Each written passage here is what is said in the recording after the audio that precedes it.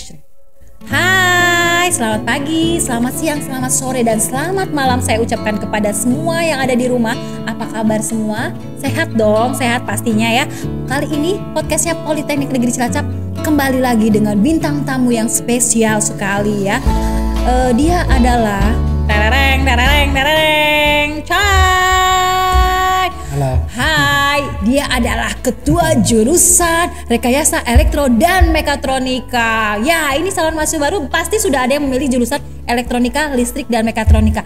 Beliau adalah ketua jurusannya. Silahkan memperkenalkan diri Bapak. Oke, terima kasih Ibu Kiki ya. Perkenalkan, nama saya Muhammad Yusuf ya, biasa dipanggil dengan Pak Yusuf ya.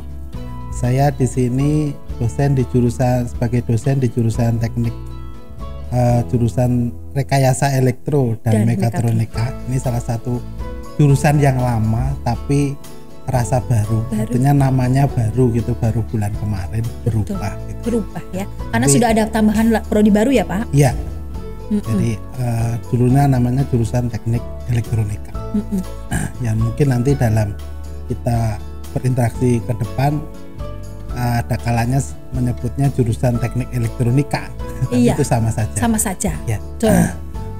Di sini saya diamanai sebagai ketua jurusan Teknik, jurusan Rekayasa Elektro dan Mekatronika. Per kapan itu Pak? Februari 2023. Tapi Pak Yusuf itu udah legend banget ya di Politeknik Negeri Cilacap. Udah dari awal berdiri sudah di sini ya Pak? Iya. Ya, jadi ikut dari awal ya. Dari awal. Dosen juga kan Pak? Iya. Mata kuliah apa Pak?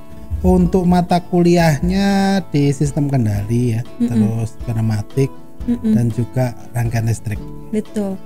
Saya boleh tanya lagi Pak, prodinya apa aja Pak di jurusan ini Pak? Oke, jadi di jurusan Rekayasa Elektro dan Mekatronika kita memiliki 3 program studi ya. Jadi yang pertama D3 Teknik Elektronika. Ini prodi ini berdiri tahun 2008 ya, bersamaan dengan berdirinya Politeknik ya. Kemudian prodi yang kedua D3 Teknik Listrik ya. Prodi ini berdiri tahun 2016. Oke, kemudian yang ketiga ini prodi yang baru lahir tahun ini ya, di Februari kemarin itu baru turun izin penyelenggaraan prodinya, yaitu Sarjana Terapan Teknologi Rekayasa Mekatronika. Jadi di kami sudah lengkap, di situ ada Diploma 3 maupun Sarjana Terapan. D4-nya. Ini Mekatronika itu yang lagi banyak ditanyakan loh Pak, prodi baru dan ini setara D4, setara S1 ya Pak, D4? Iya. Jadi D4 dulu sering orang menyebut D4 ya. Tapi sekarang condong orang menyebutnya adalah Sarjana Terapan. Ya, jadi kenapa dinamakan Sarjana Terapan? Karena lulusannya itu gelarnya juga sama-sama sarjananya ya, daripada sama dengan S1 ya. S1 kan juga sarjana teknik ya gelarnya. Ini nanti yang Diploma 4 ya, orang menyebut sekarang itu Sarjana Terapan. Jadi biar tidak ambigu ya. Nanti kalau Diploma 3 kan ahli madya, kalau Diploma 4 ahli apa gitu. Itu kebanyakan yang muncul seperti itu. Ya, makanya kita menyebutnya sekarang Diploma 4 itu dengan nama Sarjana Terapan. Jadi biar orang nggak bingung di masyarakat. Oh, ini levelnya sama dengan S1 gitu ya. Dan saja bedanya, apa yang membedakan, kalau S1 itu jalurnya akademik gitu ya. Kalau kita yang Sarjana Terapan itu vokasi gitu ya, vokasi atau terapan. Ya, karena lebih banyak ke prakteknya ya Pak. Ya, hampir itu, berapa persentase Pak untuk praktek? Jadi persentase teori dan praktek di kami, teorinya itu 30% gitu ya. Prakteknya 70% ya, untuk prakteknya 70%. Jadi banyak prakteknya. Jadi aktivitas-aktivitas mahasiswa itu nanti banyak di lab. Laboratorium gitu ya. Di lab. Boleh tahu Pak, laboratoriumnya apa saja Pak? Mereka biar punya gambaran nih. Di jurusan Rekayasa Elektronika itu mempunyai beberapa laboratorium. Yang pertama laboratorium PLC gitu ya.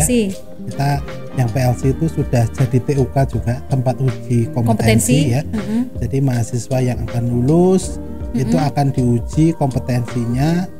Kemudian kalau lulus dapat sertifikat dari BNSP, sertifikat kompetensi ya. Itu yang buat data dukung ijazah ya Pak, maksudnya pendukung ijazah ya. Ya, di samping itu kan yang membedakan jalur akademik dan vokasi itu. Jadi punya sertifikasi kompetensi. Yang mengeluarkan sertifikat itu bukan kita, tapi dari BNSP, Badan Nasional Sertifikasi Profesi, di mana kita yang menyelenggarakan sertifikasi itu bukan juga jurusan teknik elektro, tapi dari LSP, Lembaga Sertifikasi Profesi di Politeknik Negeri Cilacap. Luar biasa. Ya, gitu. Nanti mereka kalau lulus selain dapat ijazah dapat sertifikat juga ya Pak? Ya. Jadi kita uji. Terus yang uji itu yang memvalidasi materi uji dan juga yang mengeluarkan sertifikat itu pihak ketiga atau dari BNSP, sehingga hasilnya itu lebih valid gitu ya. Sehingga lulusan kita itu bisa diakui oleh pihak luar, jadi bukan hanya dari internal kita gitu. Tapi kalau yang mengajar kita, yang menguji kita, nanti jeruk makan jeruk gitu. Jadi memang harus ada yang dari luar gitu. Ada asesornya dari luar ya. Itu pneumatik Pak tadi ya? Yang PLC ya, otomasi industri. Otomasi industri. Oh, yang PLC. Kemudian yang berikutnya ada lab instrumentasi gitu ya. Lab instrumentasi itu untuk pengukuran listrik kayak gitu. Jadi alat-alat ukuran besar-besaran listrik itu di situ ya. Kemudian yang ketiga itu lab pneumatik gitu ya, dan hidrolik gitu ya. Hidrolik dan pneumatik. Ya, itu untuk yang mendukung dengan prodi mekatronika. Itu, ya. Kemudian yang berikutnya adalah lab mesin listrik. Mesin listrik itu terkait dengan motor-motor listrik gitu ya. Jadi penggerak-penggerak di industri itu rata-rata menggunakan motor listrik. Gitu ya. Sekarang bahkan mobil pun pakai mobil listrik gitu ya, bukan bahan bakar lagi gitu ya. Jadi kalau mobil listrik itu penggeraknya menggunakan motor listrik gitu ya. Jadi nggak ada BBM-nya malah di situ ya. Itu karena udah mulai canggih nih teknologi. Nah, jadi kita punya lab terkait dengan mesin listrik itu. Kemudian yang berikutnya adalah laboratorium pemrograman. Ya. Jadi hanya bukan TI saja, elektro juga punya lab pemrograman ya? Ya nanti saya jelaskan masing-masing kompetensi di prodi yang ada di jurusan rekayasa elektro dan mekatronika. Kemudian ada lab desain. Desain itu untuk jadi sebelum merealisasikan perangkat elektronik, jadi membuat perangkat elektronik tadi itu didesain dulu. Jadi desain dulu dari mulai papan tercetaknya atau PCB itu ya, printed circuit boardnya itu ya. Kalau Anda punya HP mungkin kan ada papan yang untuk meletakkan komponen elektronik ya. Itu didesain dulu, itu digambar dulu. Kayak peta. Ya, digambar dulu, kemudian setelah digambar difabrikasi ya, diproses gitu ya. Nah, itu kita sebelum dibuat secara langsung desain dulu. Ya. Oke, kemudian yang berikutnya ada bengkel elektronika. Di situ yang untuk fabrikasi dari hasil desain tadi, kemudian diproses di bengkel elektronika ya, dibuat jadi papan tercetaknya itu atau PCB-nya itu yang buat jalurnya itu supaya bisa untuk dipasang komponen-komponen elektrik gitu ya. Betul. Dan di situ diuji coba. Kemudian yang berikutnya adalah lab bengkel mekanik gitu ya. Bengkel mekanik itu untuk perangkat mekanik, jadi misalkan casingnya atau boxnya dari perangkat elektronik itu buatnya bagaimana gitu di bengkel tersebut. Gitu. Itu kurang lebih. Terus satu lagi Pak, ada itu bengkel instalasi listrik. Jadi yang untuk proses-proses instalasi ya, membuat panel listrik, terus kemudian buat instalasi listrikan, praktek itu di situ. Oh gitu, lengkap banget ya Pak laboratoriumnya tadi dari awal tuh, dari PLC, kemudian PCB semuanya sampai mekaniknya ada semua di elektro ya. Itu tadi prodinya apa saja Pak? Ya, yang prodi yang pertama elektronika ya, D3 teknik elektronika. Itu kompetensi utamanya itu di bidang instrumentasi dan kendali. Instrumentasi dan kendali, sistem kendali ya. Instrumentasi itu ya mungkin. Instrumentasi apa? Jadi elektronika itu bukan tukang dandan listrik. Iya. Dandan listrik, dandan elektronik, TV, terus apa itu radio ya itu dulu gitu dulu ya tukang servis ini. Ya. Mungkin HP kayak gitu ya, itu dulu kan. Sekarang perangkat elektronik itu kayak HP lah. Kan jarang juga yang diservis itu ya. Betul. Ya karena teknologi itu Semakin berkembang semakin pesat. Betul. Ya. HP mungkin sekarang dengan 5 tahun yang ke depan itu beda. Berbeda. Ya. Rata-rata udah beda ya. Dari segi perangkat lunak maupun perangkat kerasnya pasti banyak mengalami perbedaan. Gitu. Dan perkembangannya sangat cepat. Nah, sehingga perlu di situ desain. Jadi kita di elektronik itu kompetensi utamanya adalah instrumentasi dan kendali. Jadi larinya kemana? Ke industri. Jadi industri, saya ambil contoh yang paling dekat dengan kita. Kan di Pertamina. Ya. Ya Pertamina itu banyak apa itu bidang-bidang instrumentasi maupun kendali. Saya ambil contoh. Yang paling sederhana mungkin yang kita tiap hari berinteraksi itu terkait dengan pengisian BBM di SPBU gitu ya, yang punyanya Pertamina itu ya rata-rata. Di situ kan kita misalkan beli 20.000 gitu ya. Kalau Pertalite itu kan dimulai dari nol ya Pak. Ya, gitu. Dimulai dari nol ya. Operatornya mencet. Mencet 10.000. Angka 2 terus liter atau kalau enggak 20.000 terus Rp gitu ya, rupiah. Jadi misalkan saya ambil contoh 20.000 gitu ya. Operatornya mencet terus rupiah. Sebelum dimasukkan ke tangki BBM, tangki motor kita atau mobil kita, itu pasti bilang dimulai dari nol ya. Dimulai dari nol ya Pak. Itu merupakan tahap kalibrasi. Jadi semua pengukuran atau di instrumentasi itu harus dilakukan kalibrasi gitu. Mulai dari nol gitu ya. Baru setelah itu kalau sudah nol baru dihidupkan gitu ya. Nozzle-nya itu dimasukin ke tangki itu ya. Nah di situ BBM-nya akan turun itu ya, akan masuk ke dalam gitu tangki kita ya. Nah, kemudian begitu sudah mencapai 20.000 dari nol tadi otomatis berhenti otomatis berhenti gitu ya. Nah itu kan harus itu ada yang sistem kendalinya di situ. Itu anak elektro yang buat itu. Iya, yang kayak gitu elektro itu ya. Ya kadang-kadang kita tahu alat itu tapi kita nggak berpikir ternyata di balik itu ada sebuah orang yang menciptakan itu ya Pak. Iya, itu bidang keahlian, salah satu bidang keahlian itu di kami. Itu contoh simpel gitu ya, yang bisa kalian lihat untuk instrumentasi dan sistem kendali ya seperti itu ya. Jadi untuk memperhitungkan kalibrasinya dari 0 sampai 20.000 itu sampai berhenti gitu. Nggak mungkin lebih, nggak mungkin kurang. Itu udah ada hitungannya, udah ada patokannya ya Pak. Yang instrumentasi itu yang nampilkan angka itu berapa itu 20.000 gitu. Itu kan instrumentasi kan alat ukur sebenarnya. Mengukur. Yang diukur apa? Kalau di situ yang diukur adalah volume. Volume bahan bakar yang masuk ke dalam tangki kita itu. Yang akan dikonversi menjadi berapa rupiah yang harus dibayar gitu ya. Terus kendalinya di mana? Kendalinya ya begitu sudah sampai 20.000 kan harus berhenti ya. Itu kendali. Betul.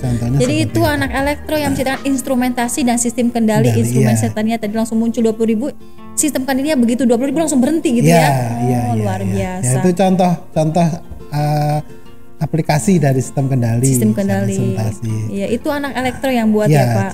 Sambil contoh lagi yang di rumah-rumah itu yang banyak gitu ya. Contohnya yang listrik gitu ya. KWH. Meteran. Itu. KWH itu kan juga seperti itu ya. Kita beli token misalkan pakai token. Dipencet masukin gitu ya. Masukkan token berapa, misalkan beli 100.000 ya. 100.000 itu berapa KWH gitu kan. Sekian KWH kita entry, kita masukkan ke mesin KWH-nya. Kita gunakan peralatan listrik, maka itu kan berkurang terus. Berkurang terus. Nah, itu juga kalibrasinya. Nah, itu kan diukur. Jadi berapa sih daya yang dipakai peralatan listriknya, semakin banyak yang digunakan otomatis akan ada perhitungan akan mengurangi jumlah token itu yang di KWH itu gitu ya. Begitu sudah mau habis akan bunyi itu. Ada warning. Nah, itu ya. Nah, begitu sudah habis ya mati sendiri gitu ya. Nah, itu contoh-contoh instrumentasi dan kendali. Itu anak elektro yang buat ya. Jadi sistem informasi dan sistem kendali itu salah satu contohnya yang dalam bentuk nyata ya seperti itu.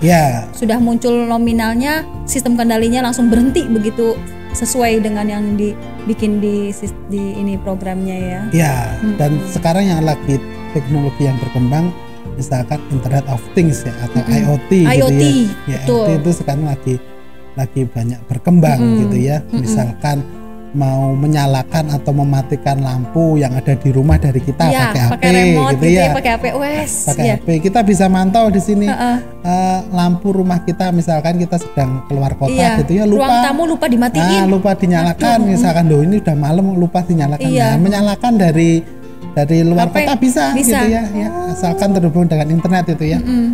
Jadi bisa nyala, bisa matikan, kita bisa monitor kondisi ruangan. Nah itu salah satu bagian dari kompetensi yang ada di jurusan teknik elektronika gitu ya. Itu benar-benar pengendali ya, sistem kendalinya dikendalikan. Ya, jadi IoT. arahnya ke sana. Betul. Jadi bukan sebagai tukang teknis, servis. ya, gitu. Orang tuh pasti elektronika, tukang servis nih, suka benerin kulkas, benerin AC, bukan ya. Ini tuh lebih bukan. secanggih ke teknologi, instrumentasi dan sistem kendali. Nah Pak, ini saya benar udah punya gambaran nih tentang elektronika. Saya boleh tahu prodi listrik Pak, prodi listrik. Oke, yang prodi yang kedua yaitu D3 Teknik Listrik gitu ya. D3 Teknik Listrik. Kenapa kita usulkan dulu kita usulkan 2016 prodi ya. D3 Teknik Listrik ya setelah elektronika. Kalau yang elektronika tadi berkaitan dengan arus lemah dan juga kendali gitu ya. Yang listrik itu ya lawan temennya. Kalau tadi arus lemah, ini arus kuat gitu ya. Arus kuat itu apa? Arus yang itu digunakan oleh PLN biasanya. Betul. Ya karena oleh PLN itu. Saya ambil contoh di Cilacap ya. Kenapa kita usulkan dulu prodi itu sejarahnya? Di Cilacap itu banyak sekali PLTU, pembangkit listrik. Di Cilacap ada di Adipala, ada di Karangandri gitu ya. Di mana pembangkit listrik itu sudah terkoneksi Jawa Bali gitu ya. Betul, itu kapasitasnya ada yang 2 kali 300 MW dan 1 kali 600 MW itu ya. Itu besar sekali. Besar sekali itu bisa menerangi Jawa dan Bali. Nah, itu bagaimana mengaturnya gitu ya. Misalkan listrik yang ada di Jawa Timur gitu ya, kekurangan gitu ya. Ya, itu bisa diambilkan dari kita Jawa gitu Tengah. ya, terkoneksi antara yang penting terkoneksi dengan jaluran tadi Jawa Bali itu bisa diambil sumber listriknya dari Cilacap misalkan yang menghasilkan dari PLTU Cilacap. Listrik yang dihasilkan di Cilacap bisa dimanfaatkan oleh Jawa Timur. Ya di Jawa Timur, di daerah Jawa Timur bisa kayak gitu ya, itu diatur. Nah itu yang orang listrik. Dari listrik itu belajar mulai dari yang pertama adalah bagaimana sih menciptakan listrik atau membangkitkan listrik. Saya ambil contoh di Cilacap itu banyaknya kan PLTU, pembangkit listrik tenaga uap. Ya pakai uap. Terus ada lagi PLTA, pembangkit listrik tenaga air gitu ya. Itu salah satu cara menciptakan listrik. Terus yang kemudian PLT pembangkit listrik dengan panas bumi, panas bumi. Itu contohnya yang di daerah Jawa Barat itu ya itu kan ada. Nah itu mulai dari pembangkitan. Bagaimana mereka mempelajari bagaimana sih membangkitkan itu listrik gitu ya, dari uap, dari panas bumi gitu ya, dari air gitu ya itu. Terus yang kemudian kalau sudah dibangkitkan apa ini? Didistribusikan, ya kan? Didistribusikan. Nah, setelah dibangkitkan didistribusikan harus dibagi ini ya. Pembagiannya bagaimana gitu ya. Kan listrik itu sesuatu yang tidak tampak gitu ya. Beda dengan kalau membagi sembako ya. Beras itu kan kelihatan ditimbang. Gitu ya. Nah, kalau listrik kan nggak kelihatan. Iya. Gimana cara baginya ya? Makanya ada teknik-teknik tertentu, ada peralatan-peralatan tertentu yang digunakan untuk membagi daya listrik tadi itu. Ya, daya listrik yang dihasilkan oleh pembangkit tadi, gitu ya. Saya sebagai orang awam juga nggak pernah kepikiran sampai ke situ loh Pak. Berarti memang ada alat untuk menciptakan, untuk mengaliri itu ya? Ya membagi ya, setelah dibangkitkan tadi kan listrik itu dibangkitkan ya. Kemudian dibagi. Setelah dibangkitkan kan dibagi itu ya, dibagi agar merata gitu ya. Ya setelah dibagi ya dibagi itu ya. Setelah dibagi bagaimana yang berikutnya adalah bagaimana cara menggunakan listrik gitu ya. Cara penggunaan listrik sampai ke rumah tangga ya. Sampai ke rumah tangga itu ya. Sampai aman digunakan gitu ya. Itu anak-anak prodi listrik mempelajari itu ya Pak? Ya. Salah satu mata kuliahnya Pak? Ya salah satu mata kuliah kan ada pembangkitan. Pembangkitan ya. Terus ada juga distribusi energi listrik, bagaimana cara mendistribusikan, bagaimana cara membangkitkan listrik gitu ya. Terus yang berikutnya adalah menjaga kualitas listrik gitu ya. Jadi gitu. Power quality. Power quality. Ya, power quality itu untuk menjaga kualitas listrik agar listrik yang kita pakai itu bagus. Bagus. Kalau nggak bagus ya. Emang ada yang nggak bagus, Pak? Contohnya gini, kalau membangkit listrik itu. Kalau kita mungkin pernah kalau hajatan itu ya. Oh iya. Hajatan ada diesel ya. Kan biasanya tukang apa itu sound system bawa diesel sendiri ya. Iya, itu betul. kan salah satu pembangkit listrik itu ya. Genset itu ya. Genset itu kan bahan bakarnya dari solar gitu ya. Diubah menjadi listrik gitu ya. Nah, listriknya di situ biasanya nggak stabil, kadang naik, ada turun gitu ya.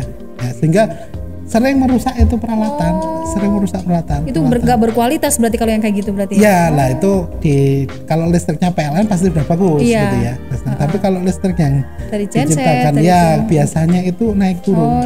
Dan kebanyakan kalau kita pernah lihat sering itu tukang sound system ataupun itu rusak peralatan karena kualitas listriknya kurang bagus, nggak stabil, jadi kadang naik, kadang turun gitu ya. Itu menciptakan kualitasnya supaya stabil. Supaya stabil ya, supaya dari parameternya itu terpenuhi gitu, dari tegangannya, arusnya, frekuensinya, macam-macam banyak parameter yang harus dipenuhi di situ. Nah itu salah satu juga kompetensi di prodi D3 teknik listrik gitu. Karena bahaya itu ya kalau main-main dengan listrik ya, kalau misalnya tegangannya tinggi ternyata yang buat dipakainya itu nggak tinggi bisa meledak ya Pak. Ya kalau kelebihan biasanya harus itu. Kan contohnya kalau kita apa itu ya ember gitu ya, atau itu kan kapasitasnya 1 liter gitu, dikasih 2 liter kan meluber ya. Itu bahaya juga merusak ya. Itu tuh harus pas gitu ya. Itu nanti diajarin bisa di prodi teknik listrik ya tentang quality itu. Iya, power quality. Jadi itu beberapa kompetensi yang ada di jurusan di prodi D3 teknik listrik. Udah punya gambaran lah ya untuk teknik listrik. Terus yang terbaru ini ya, yang karena kita selalu update juga terkait dengan perkembangan teknologi di masing-masing prodi. Kalau yang elektronika tadi, teknologi yang terbaru yang kita pelajari adalah IoT gitu ya, Internet of Things gitu ya. Terus ya kalau listrik itu adalah energi baru terbarukan. Wah, ini jadi misalkan kalau kita lihat sekarang sudah banyak ini ya, jadi peralatan di rumah apa itu listrik itu di rumah-rumah sudah sering ditemui panel surya yang di atasnya. Itu solar cell ya. Itu untuk sebagai pembangkit listrik tenaga surya gitu ya. Iya. Nah, itu lumayan ini ya Pak, tapi memang harus belinya agak mahal, cuma untuk savingnya kedepannya bagus ya Pak. Ya. Jadi dengan solar panel itu kita bisa menghemat ya, hemat banget energi listrik ya.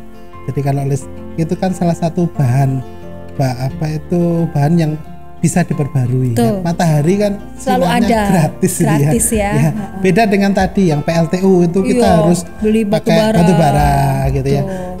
Nah itu salah satu sumber energi yang gratis kita dapatkan ya. Ini energi baru terbarukan ya, energi baru terbarukan itu bisa dari sinar matahari itu ya, dengan panel surya atau dengan angin. Gitu ya. Memakai listrik tenaga angin gitu ya. Lumayan banyak anginnya nih. Itu kan bisa, itu salah satu kompetensi baru yang ada di prodi D3 teknik listrik. Jadi di prodi yang ada di kami itu selalu update dengan perkembangan teknologi gitu ya. Wah, luar biasa, plus deh.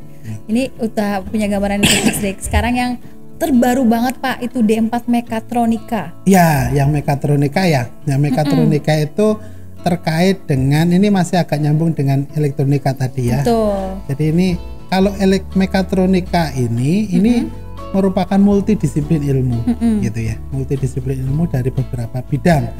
Contohnya dari Mekatronika kan singkatan dari M-nya itu mekanik ya. Terusnya itu elektronika. Terus nikahnya itu adalah informatika.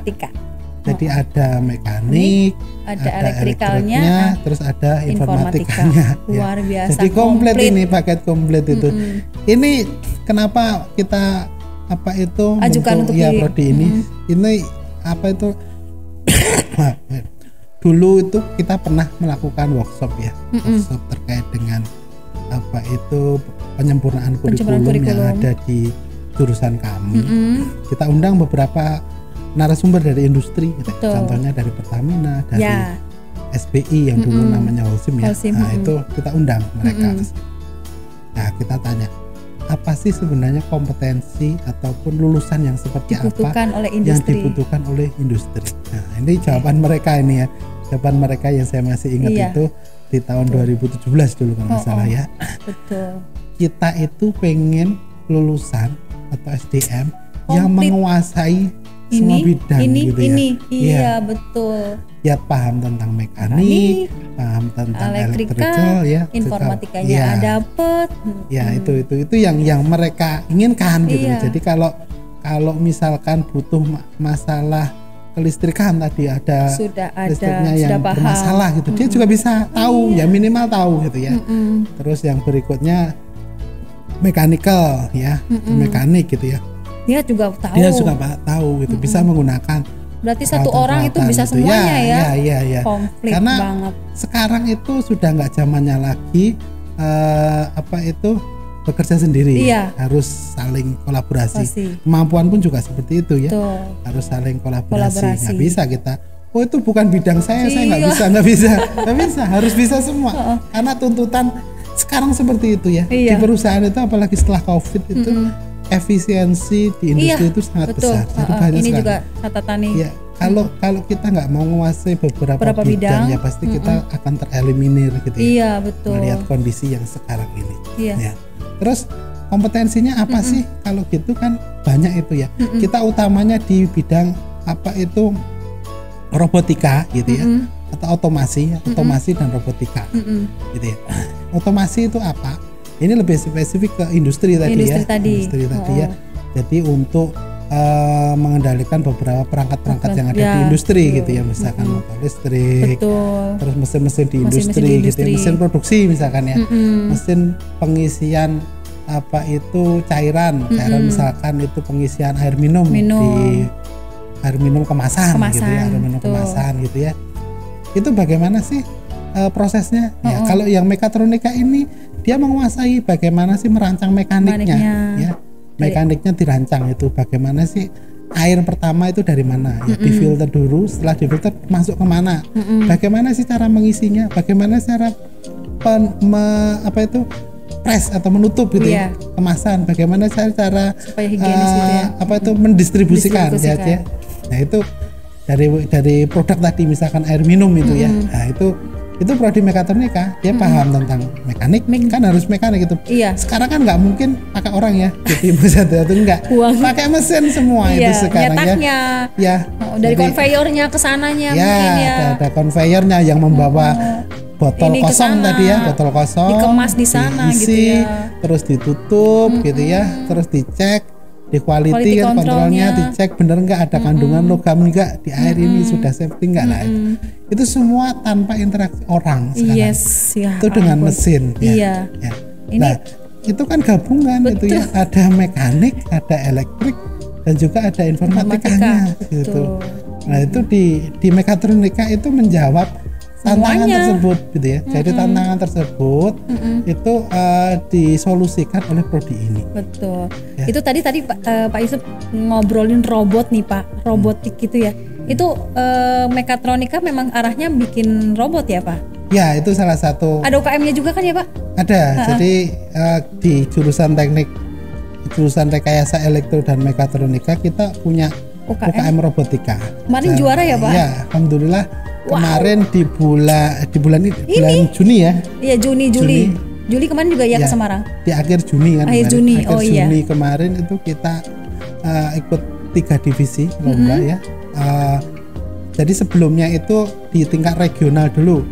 Regional dari 120 lebih lah, 100-an lebih perguruan tinggi itu ikut berkompetisi. Alhamdulillah kita ketiga divisi itu ada 3 divisi yang ikut, yaitu divisi kontes robot tematik ya, terus kontes robot SAR Indonesia, terus yang ketiga itu kontes robot sepak bola. Dan ketiga-tiganya kita lolos di tingkat nasional. Ya, tingkat nasional. Kemudian kita bertanding lagi di tingkat nasional di Semarang. Ya, di Semarang itu di bulan Juni kemarin ya. salah satu divisi kami yaitu tentang robot SAR, SAR gitu ya. Itu memperoleh juara 3 nasional. Wah, ya, luar biasa juara 3 nasional, Pak. Iya, jadi ya banyak perguruan tinggi. Total perguruan tinggi ada 120 masalahnya. Iya. Wow. Ya, itu tidak hanya politeknik ya. Iya, itu seluruh universitas juga ya yang ada teknik-tekniknya. Ya. Luar biasa juara 3 guys. Close dong. Itu yang robot SAR-nya ya Pak yang juara ya? Ya, jadi robot SAR itu robot yang difungsikan untuk kalau SAR itu kan rescue ya. Iya. Rescue untuk penyelamatan. Penyelamatan. Gitu. Jadi ada simulasi gitu ya. Kalau terjadi bencana. Berarti gitu ada penangkap sinyalnya ya, gitu ya. Kalau terjadi bencana kan jalannya nggak rata gitu. Jadi robot harus bisa melalui gitu medan yang terjal gitu. Ada bebatuan, ada yang apa itu kayu dan macam-macam, banyak rintangan di situ ya. Mereka harus bisa jalan di situ di kondisi seperti itu. Terus mengidentifikasi korban gitu kan ya. Ada korban di situ, dia bisa menolong dan menyelamatkan korban itu, membawa ke tempat yang lebih tinggi. Akhirnya robotnya bisa naik gitu. Itu kalau ada investor mau didanain pakainya Pak. Iya. Kita tunggu para investor untuk mendanai mahasiswa kita supaya memperbanyak robot-robot itu untuk dibuat ya. Kita juga bisa dibuat semua prototipe itu ya Pak untuk yang robotnya itu ya. Iya. Jadi kan Indonesia itu kan rawan bencana ya. Iya, itu lumayan loh. Ya, terobosan baru. Ya kemarin itu kan yang di Lumajang itu juga bencana ya. Iya, meletus kayak gitu ya. Tsunami juga. Nah, itu kan Indonesia itu di rawan bencana. Jadi teknologi seperti itu perlu gitu ya. Iya, kan kalau robot yang nolongin kan maksudnya bukan ini ya, maksudnya lebih cepat, lebih tahu ada sinyalnya. Kalau manusia kan masih ada errornya mungkin Pak. Jadi resiko. Jadi kalau di daerah bencana misalkan gunung Merapi, gunung meletus atau tsunami misalkan seperti itu ya. Itu kan daerah tersebut masih rawan gitu ya. Jangan sampai nanti yang menolong itu malah jadi korban. Ada korban tambahan karena tim regu penyelamat. Dengan robot ya nggak apa-apa, namanya bukan orang ya. Kalau rusak, misalkan rusak ya buat lagi gitu kan ya. Betul. Nah, jadi menggantikan orang yang untuk pekerjaan yang berisiko tinggi seperti itu ya, itu perlu robot. Itu akan meningkat, kan tadi udah juara nasional, akan rencana masuk ke internasional mungkin Pak, lomba-lomba yang internasional? Ya, rencana nanti ke depan. Jadi kita akan perbarui terus gitu. Insya Allah tahun depan kita akan berencana ya ikut di kompetisi tingkat internasional gitu ya, untuk robot ini gitu ya. Jadi ada banyak divisi yang kita ikuti gitu ya. Ada divisi robot ya. Ya, luar biasa banget ya Pak. Ini udah sedikit banyak ya, udah punya gambaran tentang jurusan elektro dan mekatronika Pak. Ada tambahan Pak, ini untuk mahasiswa baru tadi udah punya sedikit gambaran lah Pak tentang elektronika, listrik, kemudian mekatronika, itu prodi-prodinya sudah dijelaskan ya. Nah ini Pak, luarannya kira-kira mereka pekerjaannya di bidang apa di mana? Ya, yang jelas kalau ruang lingkup pekerjaannya itu sebagian besar di industri gitu. Di industri ya, dan arahnya ke sana ya Pak. Jadi industri itu banyak sekali gitu ya, baik industri manufaktur, industri oil and gas, industri food and beverage gitu ya. Ya itu pasti membutuhkan beberapa kompetensi yang dari prodi kami gitu tadi kan ya. Sudah ada kerjasama juga dengan perusahaan-perusahaan yang memang sudah mulai hiring di kampus loh Pak untuk elektronika ini. Dan kemarin juga sudah Pertamina ada close recruitment untuk kami, terutama prodi elektronika sama listrik itu banyak yang lolos tahap berikutnya. Serius keren banget. Itu berarti luaran-luarannya ya Pak ya? Iya. Goalnya memang akan lebih ke industri dan mereka lebih ditempatkan untuk bisa menjadi engineering gitu ya Pak? Ya, tapi tidak menutup kemungkinan juga mereka bisa entrepreneur, wirausaha gitu ya, atau gitu ya. Sekarang lebih dikenal dengan nama teknopreneur ya. Teknopreneur. Jadi seorang wirausaha yang bergerak di bidang teknologi. Wah, gitu ya. Luar biasa itu. Bisa menciptakan lapangan kerja baru buat teman-teman yang mungkin masih jobless gitu ya Pak. Terus posisinya apa sih kalau nanti kerja di industri gitu ya? Ya, kalau untuk diploma 3 ya nanti entry levelnya biasanya menjadi seorang teknisi atau kalau enggak menjadi seorang supervisor. Foreman kalau di bahasa juga ada. Ya, itu jadi teknisi maupun supervisor nanti ya. Itu entry levelnya. Walaupun ada beberapa lulusan kami ya, seperti yang kemarin dari proses kita minggu yang lalu baru akreditasi, Mbak. Akreditasi prodi D3 teknik elektronika.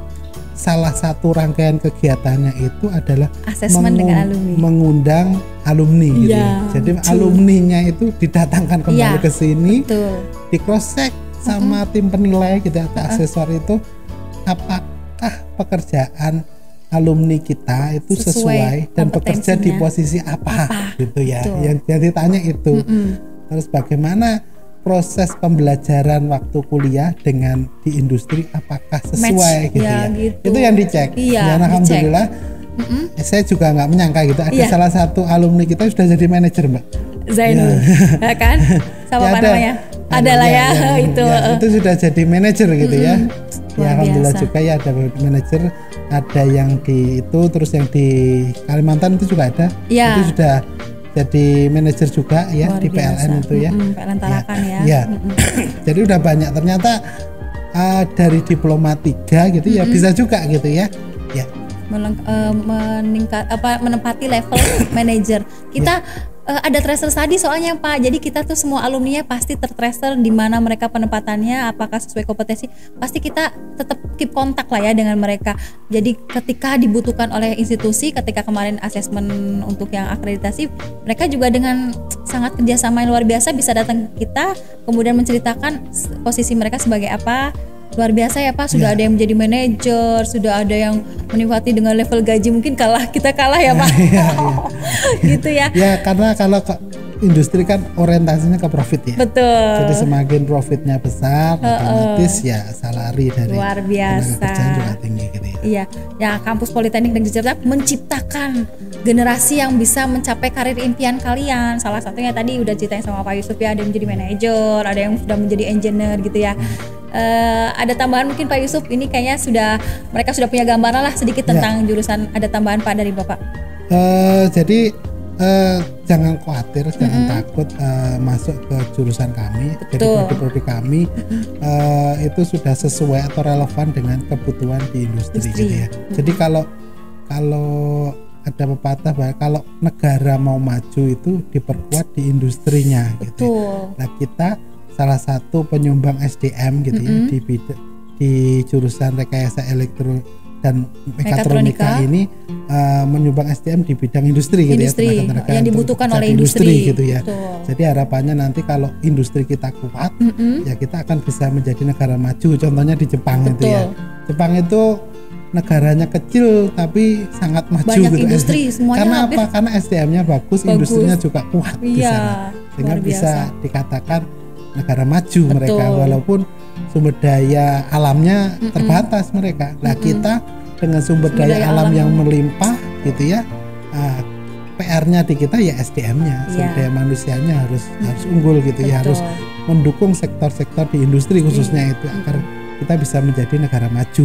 Mungkin itu ya. Politeknik Negeri Cilacap ini menunjukkan akan memberikan bibit unggul SDM yang luar biasa. Gitu. Itu Pak Yusuf. Ya. Terus ini terakhir Mbak. Terakhir ini untuk calon mahasiswa baru mungkin. Ya, calon mahasiswa baru nih, gelombang kedua masih dibuka sampai tanggal 22 untuk calon Juli. Mahasiswa baru ya. Jadi kalau di Politeknik Negeri Cilacap ya, jurusan rekayasa elektro dan mekatronika, prodi-prodi yang ada di dalamnya ini, kuotanya masih banyak gitu ya. Jadi kuotanya masih banyak. Jadi jangan ragu untuk mendaftar di kami gitu ya. Jadi peluangnya lebih besar mungkin ya daripada yang lainnya ya karena kita ada penambahan kuota untuk tahun ini. Di listrik itu juga masih banyak ya. Prodinya di prodi listrik, elektro juga masih ada. Di mekatronika juga peluangnya besar. Jadi kalau milih nanti di pilihan satunya bisa di prodi yang sesuai pilihan Anda ya.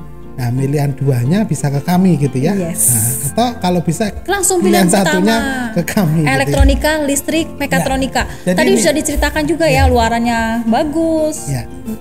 Jadi itu strateginya ya. Jadi karena ini jalur yang terakhir ya. Betul. Jalur yang terakhir. Manfaatkan. Kalau jalur yang pertama kemarin sudah daftar di prodi lain gagal gitu ya.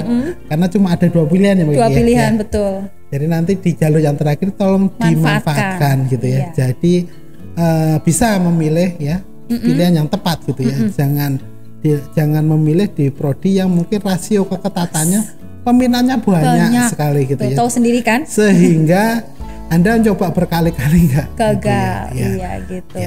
Ya, jadi ini kan strategi nih, jalur terakhir adalah gelombang kedua sampai dengan 22 Juli. Tentukan pilihan kamu di pilihan pertama elektronika, listrik atau D4 mekatronika. Karena peluangnya masih banyak, masih besar buat kalian. Jadi jangan sampai tahun ini kalian tidak bisa menemukan kampus idaman kalian di Politeknik Negeri Cilacap. Jadi saya wanti-wanti banget nih sama Pak Yusuf. Pilihan pertamanya silahkan pilih di jurusan Teknik Elektro dan Mekatronika. Ada D3 elektronika, D3 listrik, dan D4 mekatronika. Gitu ya Pak Yusuf ya? Ya, tidak ada tambah lagi Pak Yusuf? Sudah cukup dari kita. Semoga kalian bisa bergabung tahun ini di Politeknik Negeri Cilacap. Kami akan memberikan yang terbaik untuk mahasiswa baru tahun ini. Jadi jangan pernah putus asa, jangan pernah putus semangat untuk tetap berusaha dan tetap mendaftar di gelombang kedua karena kita masih buka sampai dengan 22 Juli 2023. Politeknik Negeri Cilacap, building skill for the future. Bye.